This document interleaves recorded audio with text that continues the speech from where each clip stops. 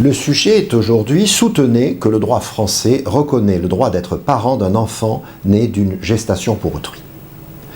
D'abord, quelques conseils de forme pour répondre à cette question. Il faut lire le sujet proposé dans toutes ses facettes pour rechercher effectivement une réponse à construire. En effet, on est face à une sorte d'injonction constitant à démontrer que le droit français reconnaît un nouveau droit, celui d'être parent d'un enfant né par une gestation pour autrui. Il faut s'efforcer de défendre une position qui n'est pas forcément la sienne. Il s'agit de défendre un point de vue appuyé sur des arguments, comme un avocat défend une cause ou un client, en quelque sorte, même si lui-même, sur le fond, ne partage pas ce point de vue. Cela montre qu'on a bien compris la nature de cet exercice, y compris la nature du sujet proposé devant un jury. Il est important aussi d'apporter des illustrations par la démonstration, par un souci de convaincre, de donner une réponse à une question qui n'est pas une question de cours sur la gestation pour autrui. C'est l'occasion d'affirmer toutes les facettes, cette fois-ci, de sa personnalité, y compris en donnant un point de vue personnel, éventuellement en contradiction avec l'affirmation du sujet. Il est essentiel d'avoir à l'esprit aussi que le sujet doit percevoir, en quelque sorte, toute la complexité du sujet qui reste en France un vrai débat de société. Quelques éléments de fond sur le sujet. Il y a plusieurs réponses possibles, bien évidemment.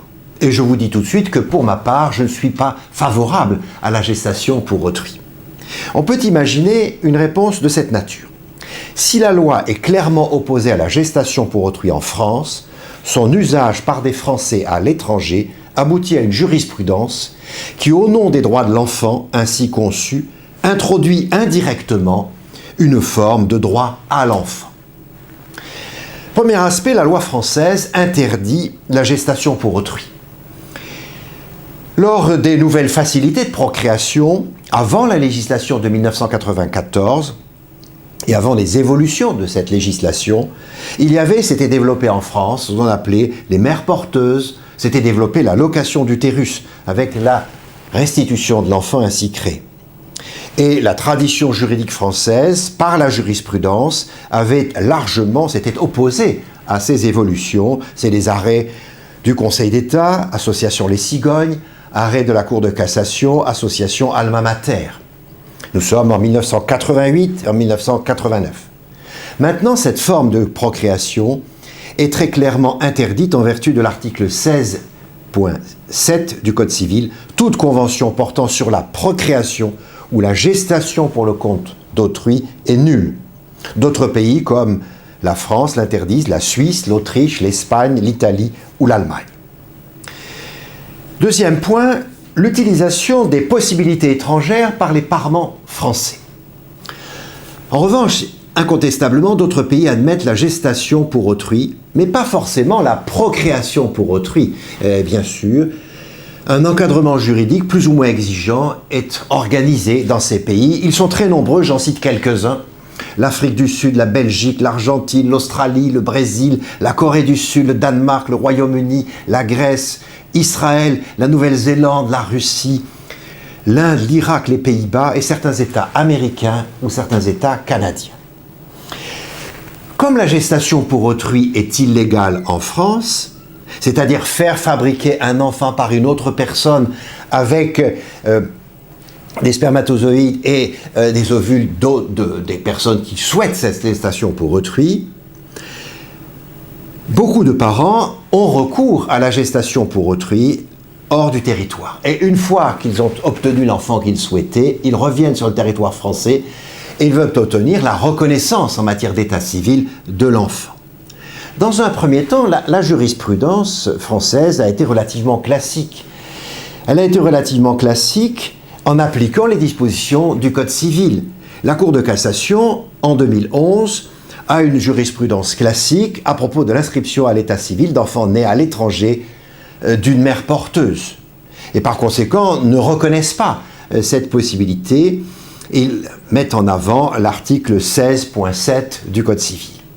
De son côté, le Conseil d'État, lors de la révision des lois de bioéthique, Cette fois-ci, en 2008, le Conseil d'État souhaite que la France ne s'engage pas vers la légalisation de la gestation pour autrui. Plus récemment, le Comité consultatif national d'éthique confirme son refus de la gestation pour autrui, qui est plutôt majoritairement, en quelque sorte, admise dans ce refus, admise en France. Pour autant, les débats sont vifs. Les débats sont vifs entre ceux qui considèrent qu'il faut sortir du paternalisme moralisateur, formule particulière, qu'il faut que nos sociétés garantissent la liberté de procréer, quelles que soient les modalités.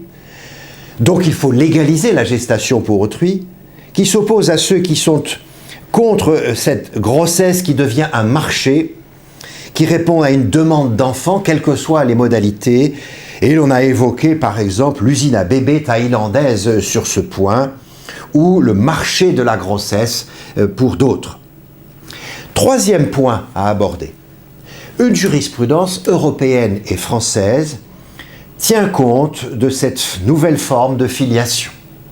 La Cour européenne des droits de l'homme a condamné la France en 2014 pour violation de l'article 8 de la Convention, s'agissant pour les enfants issus de la gestation pour autrui, du droit au respect de la vie privée des enfants, avec le raisonnement qui considère que l'enfant qui a été conçu ailleurs par rapport au territoire français, même si la France est opposée à la gestation pour autrui, doit voir ses droits reconnus. Et parmi ces droits reconnus, c'est le droit au respect de sa vie privée. Le droit au respect de sa vie privée, il contient la substance de son identité. Il faut que l'enfant ait une identité. Par conséquent, la Cour européenne des droits de l'homme ne force pas la France à changer son opposition à la gestation pour autrui, mais pousse la France à reconnaître l'identité des enfants qui sont nés selon ces modalités. Et apparemment, les choses se poursuivent dans d'autres arrêts qui se préparent. Une circulaire du garde des Sceaux, circulaire de 2013, avait d'ailleurs pris les devants de cet arrêt pour faciliter l'attribution du certificat de nationalité pour les enfants issus d'une GPA, sans changement de la loi française, mais il fallait donner droit, en quelque sorte, aux enfants d'avoir une filiation lorsqu'il y a un lien avec un Français résultant d'un acte d'état civil probant au regard de l'article 47 du Code civil. Cette circulaire, d'ailleurs, de la ministre de la Justice, garde des Sceaux, avait été considérée comme légale par le Conseil d'État dans un arrêt important de 2014. Le Conseil d'État ayant été saisi par l'association Juristes pour l'enfance et autres. Dans un arrêt de 2015, la Cour de cassation montre une évolution de sa jurisprudence de la manière suivante. Une GPA ne justifie pas à elle seule le refus de transcrire à l'état civil français l'acte de naissance étranger d'un enfant ayant un parent français. Et donc la Cour de cassation, par cette jurisprudence, donne un sentiment d'évolution par rapport à la gestation pour autrui. Quatrième point, c'est l'émergence d'un droit à l'enfant via la gestation pour autrui à l'occasion de la jurisprudence reconnaissant l'identité à l'état civil de ces enfants. Une valorisation des droits de l'enfant née d'une GPA à l'étranger est en train de se développer, et cette valorisation de l'enfant né par une GPA à l'étranger, au travers de son état civil bien évidemment, semble contourner pratiquement l'interdiction de la GPA en France et créer indirectement une forme de droit à l'enfant. Cela semble indiquer que la jurisprudence ne respecte pas, je dis bien semble indiquer que la jurisprudence ne respecte pas l'interdiction de la GPA. Cela explique une résolution à l'Assemblée nationale du 29 mai 2018 appelant à une interdiction universelle de la gestation pour autrui, qui est une démarche extrêmement ambitieuse puisqu'il s'agit de généraliser dans le monde entier cette interdiction de la gestation pour autrui. La réticence française à s'engager à juste titre sur la piste d'un droit à l'enfant ne semble pour autant avoir du mal à résister à un environnement international plus ouvert.